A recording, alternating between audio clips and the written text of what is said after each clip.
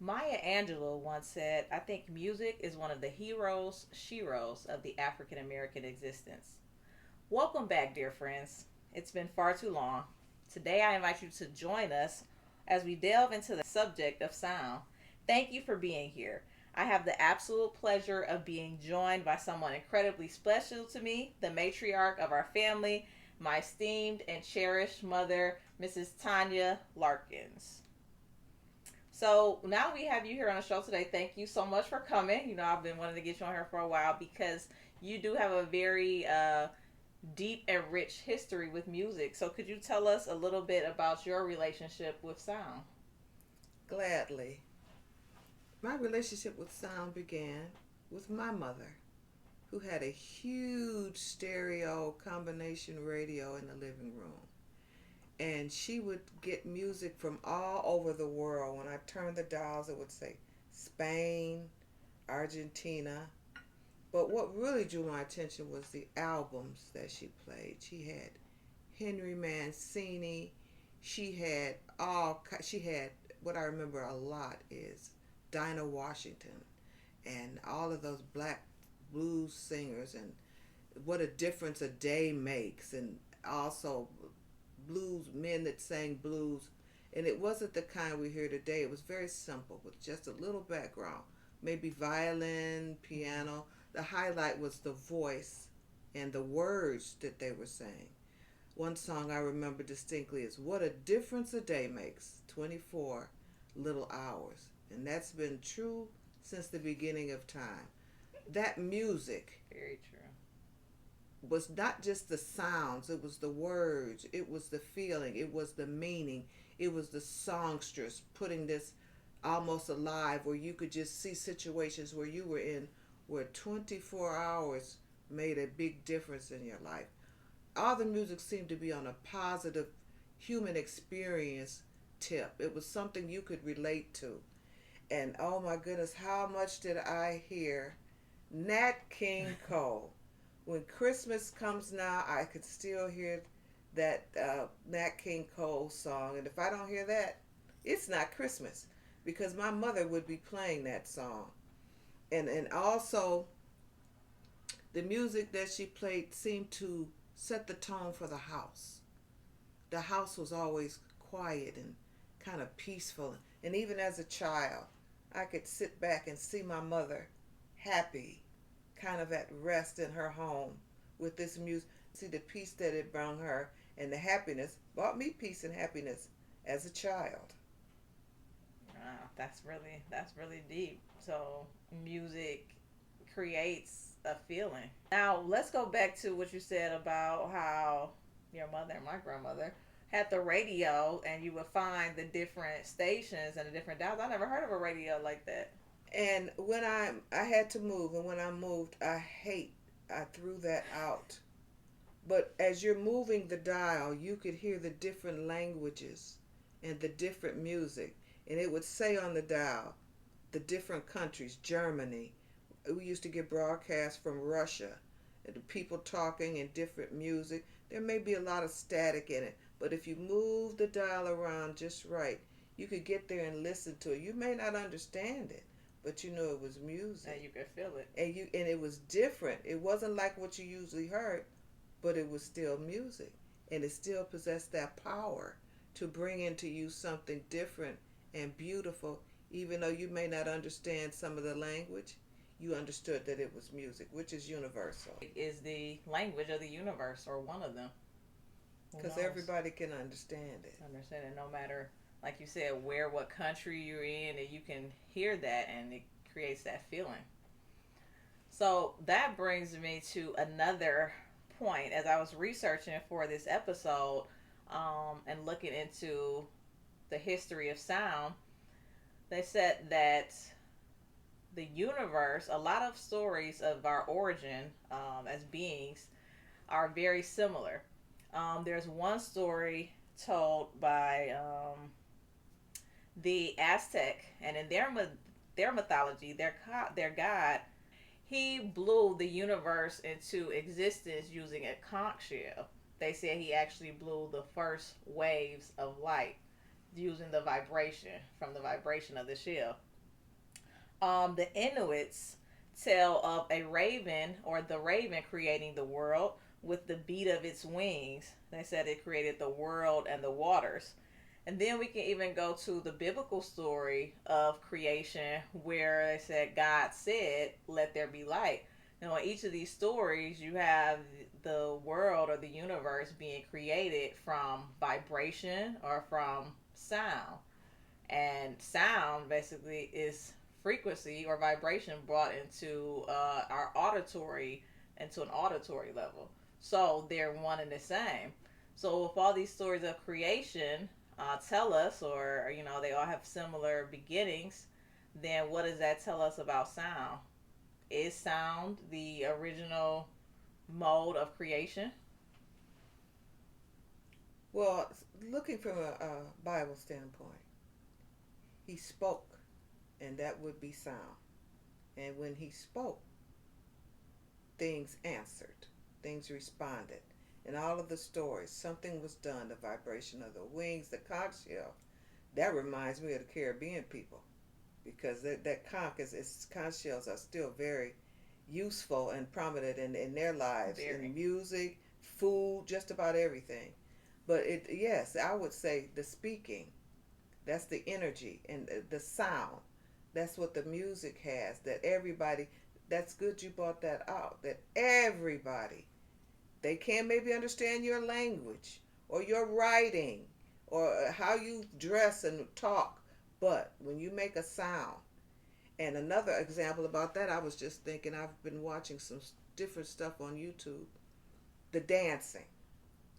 And it's when I hear some music, even though it may not be of African origin, but it's usually something maybe out of the Middle East, and then they start dancing. It looks like I pick up on that naturally, and then I start patting my feet and doing some of the movements, like when the Native American Indians are doing some of their tribal dances. It's like you can almost pick it up with the clapping and the sounds that they're making. They don't sound unfamiliar. Somewhere deep inside of you, your inside is responding to what they're doing, like you know about it. Oh, Like you're familiar with these sounds. or what they may call the infinite intelligence, or the collective consciousness. They say that we all have, and that's why a lot of things they talk about sound resonance. That when we interact in the world, wherever we are, our energy leaves an imprint. We don't just leave a physical imprint, but our energy leaves imprints. And sometimes the energies of these events that have taken place are so great that the sound resonance is still there, and unknowingly we get caught in that pattern of that resonance because the energy hasn't been clear, and we sometimes things happen, or we live in our situations, or maybe patterns, and we're wondering like, hey, why did this happen? People have done research and going back to say, okay, what happened in this place or this time or this era, and not found out something happened similar to what they're not going through. But to clear the energy field of sound and those energies, I don't know, it seems very powerful, and I wonder what is underlying that. What kind of patterns does that create for us while we think we're doing things, like, hey, this is, something I chose, or maybe we did, but how much is led, by underlying factors that we may not even be aware of. Just the thought, that popped into my head. Well, I think just like they've discovered or recently want to discover or recently acknowledge, we all came from one person, one lady. They call her Eve back in Africa. So if everybody comes from one one lady, one man, there's going to be something down in you from that. Even though you've passed through generations and different people and everyone spread out all over different parts of the world, there's still going to be something in you. Just like there's something from grandma, grandpa, great grandma, great grandpa. There's something in you that's going to respond to these original things. Like we all need water, we all need air, we all need food. There's some things inside of us that are there that some event or some music or some sound may bring them out and bring them up. And like you said, you're wondering, what is that from? Why does that touch me so? Right. Why does Why that do I resonate with me? with me? What is that? There should be a lot more research done on that. I think a lot of people could find peace with the answers if you find out, oh, this is what was happening back then with some of the people that I was born in, or like the Indians and the Inuits. They their background, their ancestors are precious. They want to keep these things, their language, their habits, their tradition. They want to keep these things alive, which is hard to do in the 21st century Hmm. because the young people want to branch out. But it's a reason they want to keep these. These are the things that kept them strong through annihilation, their land being taken, their people being killed. These are the things, and when you hear them clapping and making those sounds and noises, and they're playing the instruments, it's like you could hear a whole symphony of things that are strengthening them. And even the young people, you could see them reacting to this. And that's why they want to keep these traditions going, so that the young people can see and don't be lost out here in the world confusion with all this newfangled stuff we have. And I'm not going to even mention this new music. Some of it is wonderful, a lot of it, no, maybe. But these are things that build us up inside in our character, not something you can get from an app or get from watching TV. This is something that goes much deeper down in your soul and in your mind. So I'm glad that you said that about it going deeper into your soul. When we are in the womb, when we're embryos, the first organ to develop is our ears. So while we're in darkness, we can't really speak yet. We can only feel, if we can feel, which I believe we can. We can only feel and hear. And because we're in this fluid filled sac, sound vibration is carried, even it's carried perfectly through the water. So while we're embryos, that is what we connect with: the voice of our parents, our mother, the voice of those around us, and the music. I can even remember for my kids playing music and then and singing to them, or just and them coming out and that song or that music resonating with them. So it is. I don't know if it's something. Maybe there are some things passed down through the genes. Maybe it's a spiritual thing, a soul thing. I don't know. Maybe it's that human connection, but it's a strong connection. And I also read about some tribal cultures. Now they said that when the woman is pregnant with a child, she finds a song, whatever the song is, and a lot of their songs aren't like ours. They're traditional music. They find a Yes. song and that they'll sing or play that song for that baby all throughout the pregnancy. And so when that child comes out, if something, not just if something goes wrong or something good or something bad, they will play that song, and that song will resonate with them because that's one of the first things they heard. And not only did they hear it, but they heard it, repetitiously. So that built some kind of connection with them to have that healing, or that whatever, that comfort in a time when you need it, or whatever it is that you may need, that song is there. So I thought that was very powerful. I think that's something that we should incorporate. Maybe we do, because who knows how many times I've played those songs for the kids. Well, I think music is such a peaceful place too. It just, like you say, you hear a familiar song, people's up. That's my jam. People just kind of get overwhelmed with the good feelings or the good memories that this particular song might bring through. That's why some of these present day songs, even though the old songs are still there, some of these present day songs are working, I think, maybe in the wrong direction. You think? I'm trying to be nice about Why? it, They're not nice in the songs. but it has music has such an effect on us. I used to go to parties and everything, and cabarets, they don't have them anymore. They still have But well, I wouldn't dare go. But the people on the floor, they're dancing, they're happy. There's no shooting, there's no fussing. There's just, and I mean, people are reacting to that music. There was no, there used to be dances, set dances, or we gonna do the booty green, or we gonna do the monkey. But once they get out on that floor, it's a freestyle. people are doing whatever is touching them. They move in all kind of ways, and you can't repeat. Nobody else can pick that up because that's their reaction to that music, and somebody else has it was just beautiful to see. So the creativity and the individuality, what that song is saying. Oh man, we had a ball. These sounds are so important, are inbred in us from ancestors long ago. The different nationalities, the different people, the different customs, all are based on this sound. Some are singing, some are playing instruments, but in all the clips, everyone is doing that. The making of the sound, the doing of the instruments, and this, the didgeridoo or whatever. Didgeridoo, yeah, that instrument. Wow, I know. It was 150,000 years they've been doing that. Now I want one. I mean, I wonder what it would feel like if that would create some kind of resonance with me with the instrument, because it just, I felt something when they were playing it. I felt something. I'm like, wow. You know, like you said, something familiar, even though I've never played one. I don't think I've probably seen one, other than on TV if I've seen it. They had another one. I happened to see a clip the other day about the Vikings.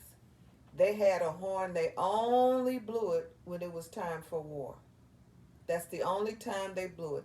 And when they blew it, the Vikings, everybody, whatever they were doing was dropped, and they got ready, and they were going to be victorious. And it was a long something like that, but the head of it, where the sound came out, was like the head of a wolf on the end of it, and it was almost point of death. You would die if you blew that not in accordance with what it was used for. Okay, that was and it was heard all this one long pipe or whatever instrument you want to call it was heard all through the land. They hear that sound, they get ready for war. And I'm looking at that 150,000 years. So we're thinking of musical instruments as, you know, something pleasing, to make pleasing sounds aesthetically, but maybe we should repurpose that and reframe it and look at these things as tools, because that does bring me to another point. There's a researcher, a doctor called Dr. Clarence Yarrow, who went to Tibet and became very close friends with one of the monks. And he visited for a while and he left. I think he was in India. And someone sent a message for him that the monk was very ill and he needed him to come treat him. So he rushed back to Tibet and he stayed even longer and he treated him. And he became, they accepted him kind of into their commune. Yes. The place, and they allowed him to view some of their religious ceremonies. And they show a video. I'll have to send you the video, show it to you. They have a rock wall, and there's a hole in this rock wall, and it's got to be so far up. They said it's however many meters off the ground, and that the monks would lower themselves from ropes from the top of the cliff to get onto the ledge. Okay, but whatever they wanted to do on this ledge, they needed to get some raw materials up there. So they gathered the monks around. I forget how many drums they said they brought out. They brought out these long, just like you said, long instrument tubes, like trumpets, all these instruments, and they began to beat on the drums and beat and beat. And Dr. Yarrow recorded it. This was in the early, I think, 1900s. And they said it was such a sound that was created. I don't know if it was too pleasing. They said it was like a din. And they were beating and playing. And they said after about 4 minutes and chanting, all the monks and chanting, after about 4 minutes, the stone began to levitate. And it went right up into, the spot, and he recorded it. And when he got back, of course, his employers confiscated and classified the tapes. So, yeah, I don't know. It's like I said, maybe we should think about them as tools, because who knows what they can do. And to me, not just tools, but a call to something. It's a call to either fight or flight or celebrate, or we have this situation, and if we do this right sound, all of us working together, this situation is going to move. Like when the city of Jericho, when he told them, I want you to walk around it 7 times, and then I want you to blow that horn, and those walls came down. I see the sound, I see the cooperation of the people working together, and I see it being accomplished for what it was called for. So this may be a sound for people to relax, to come together, or we're going to celebrate, or we have a problem and I need to confer. We all need to talk, and maybe we need to chant, or maybe whatever we need to do to get this situation. And that sound is so important, very important. As a call, I never thought about it like Yes, that. a call Music to as a something. call. Yes, and Mm. that's why some of this new music is not a call for good. It's not. And that's what they say. Things can be used for the yin and yang, good or bad, if you look at it like that, negative or positive, however you want to frame it. So that's it's very important as we create things, as we are creators, to be conscious of what we're creating, Very. because things can take on a life of their own. So music is basically a language of its own, or so I would say, because like you said, it's something that is accessible to everyone. It can evoke an emotion, and it creates a feeling. You don't even have to be able to understand. Now that we've watched that briefly, what do you think about that do re mi, the mi fa gap that they were talking about? As far as when he showed the seed and the seed growing, and then when it hitting the my, that my before it gets to the phi gap, that it splits off, branches off to create a new bud or a new leaf. Because I know also that they talked about that, we can't reach perfection in this dimension, and things that are perfect might cease to exist. So for me, that do re mi, the phi gap, is that little bit of, gap in perfection to say, okay, this has to be manifest in the physical world, so it can't be perfect, otherwise it wouldn't exist. But as an artist, as a musician, as someone with a history with music, what do you think about that theory about that mi fi gap? I think it all fits because there can't be anything. There is nothing perfect. So I had to learn, for instance, if I had a cup or something and it chipped, I was like, oh no, it's no good now. It's chipped, I don't want it. But that chip made it mine. I could recognize it. So it wasn't that it was not perfect anymore. It was perfect for me. So since we know nothing perfect can exist, that makes perfect sense. And then look how it made the plants grow because of that missing, that little half missing. This plant is able to branch off and make a tree. That's why when people strive for perfection, I don't think they have any idea of what they're striving for. Because imperfection is something that we have to embrace because it's us. And it's not bad. It's not bad at all. That's where I think the basis of life comes from. It starts off, okay, we're not perfect, and we're going to have some times that are not perfect, but we also have a lot in common with that Buddha thing. That was something I had never heard of. And then you can't change it. It's gonna replicate every time unless you go all the way back to the beginning and change it. And what does Wow. that mean that our cells, mimic this shape? Another one too, they call it the Yahweh gene, because with the letter for Yahweh, I believe whatever the Hebrew is, that's what the cells, when they got down so far, looked at the cells, that's what it resembled. Either Ankh or Yahweh, it was a Yahweh sign. I'm just like, wow, this is where we get these representations. Maybe that's why we look at these people or these beings as deities or gods, because we see something reflected, in ourselves. But I like the part, I had a thought about how he says that makes us from the God gene because he said he made man after our likeness and in our likeness, and they were talking about this DNA, how each person has a different one. Mm-hmm. And I just thought that was mind blowing. All this time it was there, but we didn't find out about it. And now they can take some small specimen, link it to a family, and by process of elimination, they can get you right to that person. It's a very intelligent being, and they're going to be traces of his intelligence and wisdom and his creative power in each one of us and everything that he has created. And I love that music part. He says we keep this going. They sing this all the time. This is going. It's doing the instruments from the ancestors, which means they got it from their, which means they got it from their ancestors, and this is proven. Yeah, I like the fact that they know why they're doing it. Sometimes we follow traditions and we're like, where did this come from? But they know why, and I think that keeps it relevant and keeps that bond strong. I really appreciate the musical metaphor they did with the piano and then the one with the plant because I didn't understand that, but it makes sense when you see that seed growing and the way that it splits. Like, okay, will it continue to grow? No, it's split because there's it's not that perfection. There's no way for this plant to be perfect. So that really brought some understanding, for me. I think for all of us, because people don't give music and tradition and like sacred music, they don't give it the honor that it should have. They don't give it the power that it has on an effect that it has on people. Because this trash they're playing today is it's trash and it's debilitating. It's bringing out the worst in people when that's not what sound and music is for. I just spoke with my mom. She's already ready for part two, so be on the lookout for that.